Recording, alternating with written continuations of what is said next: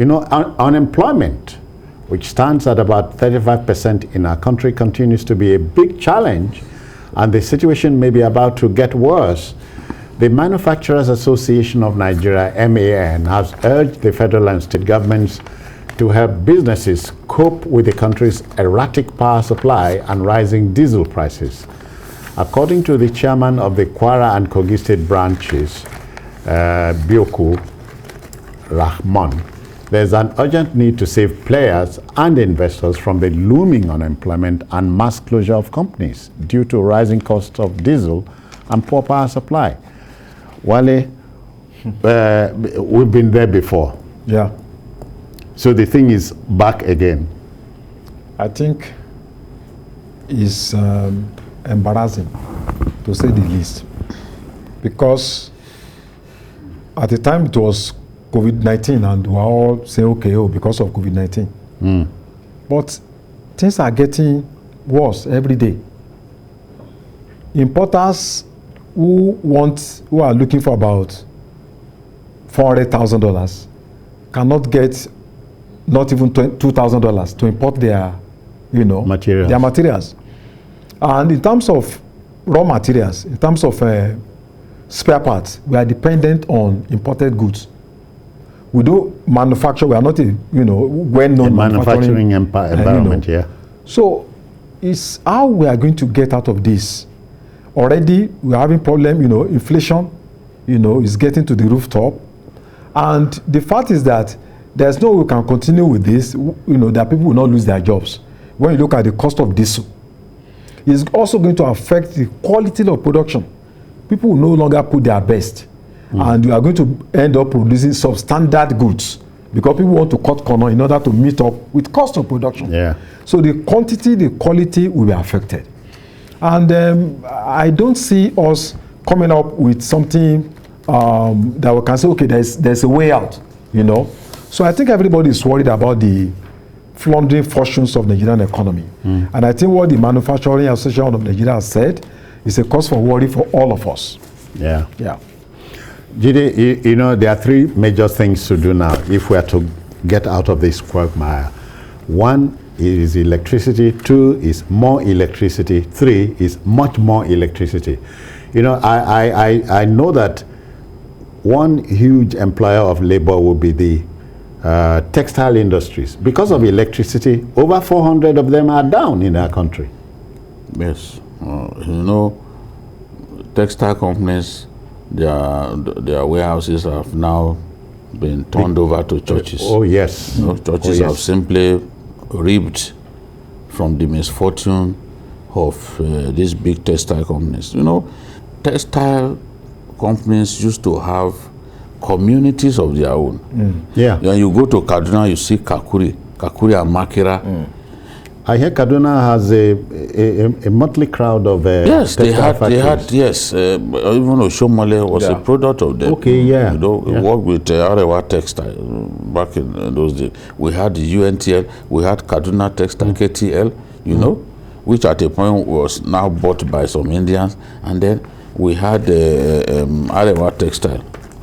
Oshomole was a member of the ESCO. Later became vice chairman of the NLC and then became president of the NLC, in the late 80s then. So it is not man alone that is feeling the pinch. The other day, these aviators complained, led by their vice chairman, the chairman of Airpeace. Okay, Allen Onyema. Yeah. Allen Onyema said that if something was not done about the price of aviation fuel, that they had only 3 days left.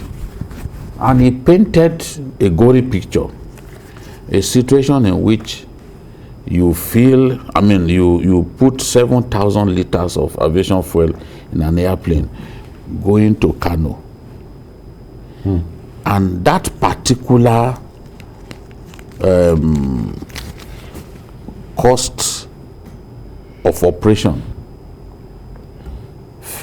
fuel alone accounted for 70% of the costs of running the airline that day.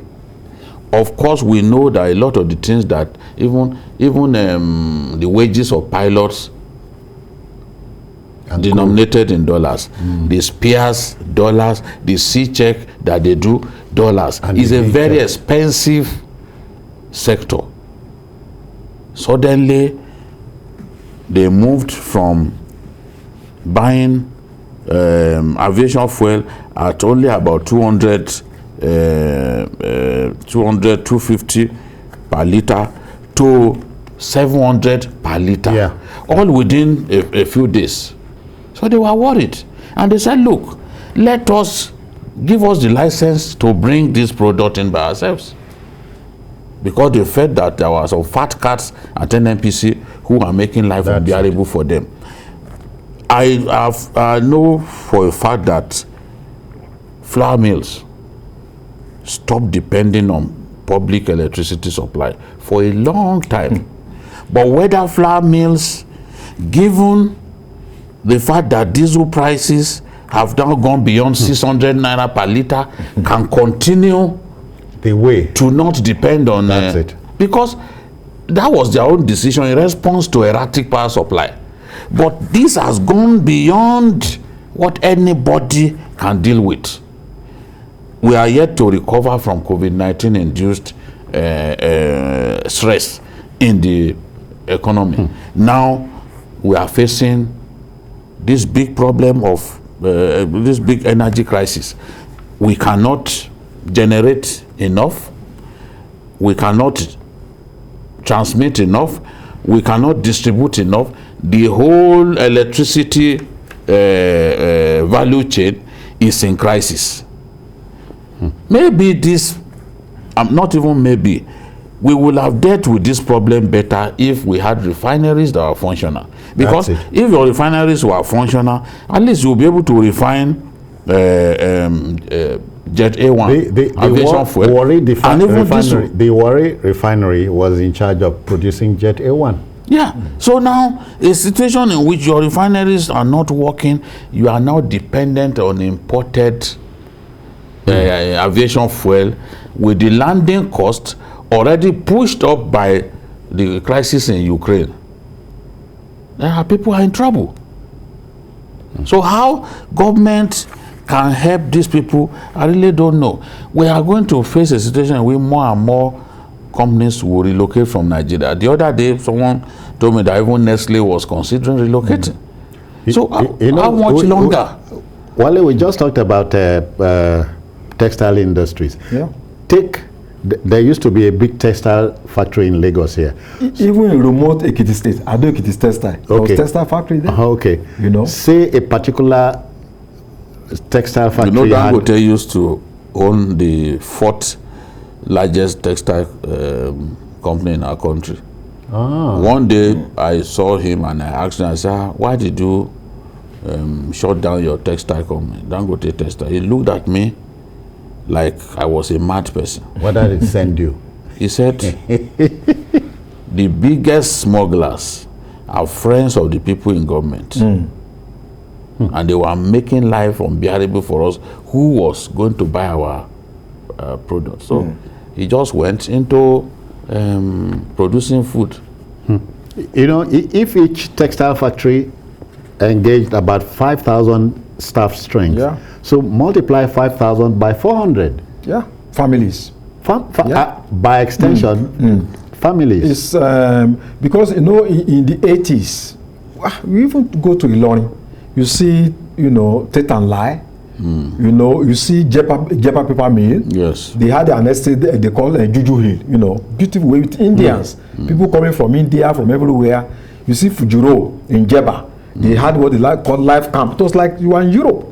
The country was opening up an industrial revolution, and suddenly everything just collapsed.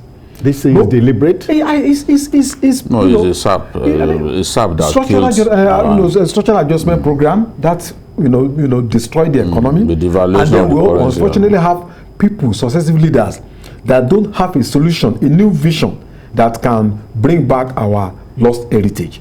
Unfortunately, this is happening in election year, where people will move up funds and divert to electoral campaign. So, you know, I'm worried. I hope that, you know, things will change, maybe with a new set of people that may come next year. I just have that hope. Maybe. Maybe. And even that, for anyone who is coming to face real problems. And he's going to take a mighty effort. Retooling this system, Man, is not a... Those who are within the system will tell you how terrible things are. How terrible things are at this time. It's just... Sorry, maybe you know how it works. I hear we supply light to neighboring countries. Yes, we don't have a choice. At the time when we were to build the dam, we decided to do that because when you look at the trajectory of the River Niger, from Futa Jalon, we are at the base. Okay. We are, of all these our neighbors, we are at the base. If they choose to dam it, if Niger Republic chooses to dam the river, or Benin Republic chooses to dam it, you are not going to have access to water. You know, so in order to placate them, we decided that okay, when this dam is constructed, we will give you light. We are obligated to do that. Why I went there is, can we really say they have epileptic supply in those countries? I don't know, but don't also forget that those are small countries. The level of consumption, we can afford to give them what will be enough for them. None of those countries come close to Lagos State in terms of their economy. They don't come close at all. Okay. What is the GDP of even Niger Republic? Is it? I'm not sure. It's bigger than Kano or Lagos or Port Harcourt. So sorry, we have Chris. Chris has joined us from Jos. Good afternoon, Chris. How are you? Hello? Yeah, Chris, welcome. Thank you. Yeah, you're on air. Okay. Thanks. Good afternoon, Mr. Thank you for a good job well done. Thank you. Yeah, I want to make contribution. This government, my problem is that they don't have a direction. The cost of fuel now, the cost of electricity, housing is now 64 naira for 30 something naira. The electricity now is 60 something naira for individuals. These are 800 naira. How can we lead a country like this, for God's sake? Now you go to party politics, you say people who have campaigned, they should step down. If Buhari was shut out, will have become the president of this country? All right, Chris, more questions, very few answers. Very few answers. So we don't have a choice. You must give electricity to those people. And okay, I don't think the quantum of electricity they consume is something that will really give us so much problem. And more countries are even opting for renewable energy.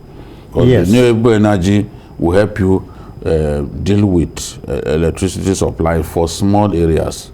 For a place like TVC, for example, you can use renewable energy for 24 hours, you won't need it. That was what we just set up at Obudu, for example. They have renewable energy and people have been trained.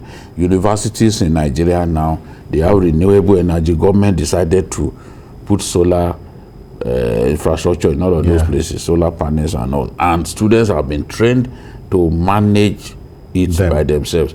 We need to find a way to do this on an incremental basis so that even small communities, we can give them electricity. I saw a little ray of hope when the Obasanjo government, I think about 6 months to the end of the regime, when it set up about 10 power plants around the country, it raised hopes.